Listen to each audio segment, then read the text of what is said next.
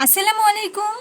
আজকে আমি গণিত চতুর্থ শ্রেণীর 132 পৃষ্ঠার 3 নম্বর অঙ্কটি তোমাদের করে দেখাবো। এই অঙ্কে বলেছে একটি আয়তাকার ফুটবল মাঠের দৈর্ঘ্য 100 মিটার এবং প্রস্থ 70 মিটার। মাঠের ক্ষেত্রফল কত? অঙ্কটির সমাধান তোমরা এভাবে করতে পারো।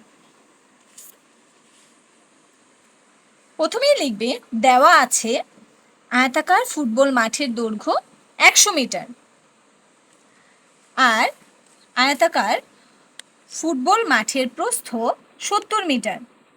অতএব মাঠের ক্ষেত্রফল দৈর্ঘ্য গুণ প্রস্থ সমান 100 গুণ 70।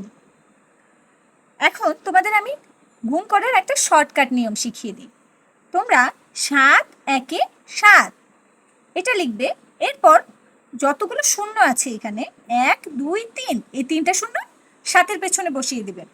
আর মিটার এবং মিটার গুণ করলে হয় বর্গমিটার, তাহলে হয়ে গেল 7000 বর্গমিটার। এই অঙ্কটির উত্তর 7000 বর্গমিটার।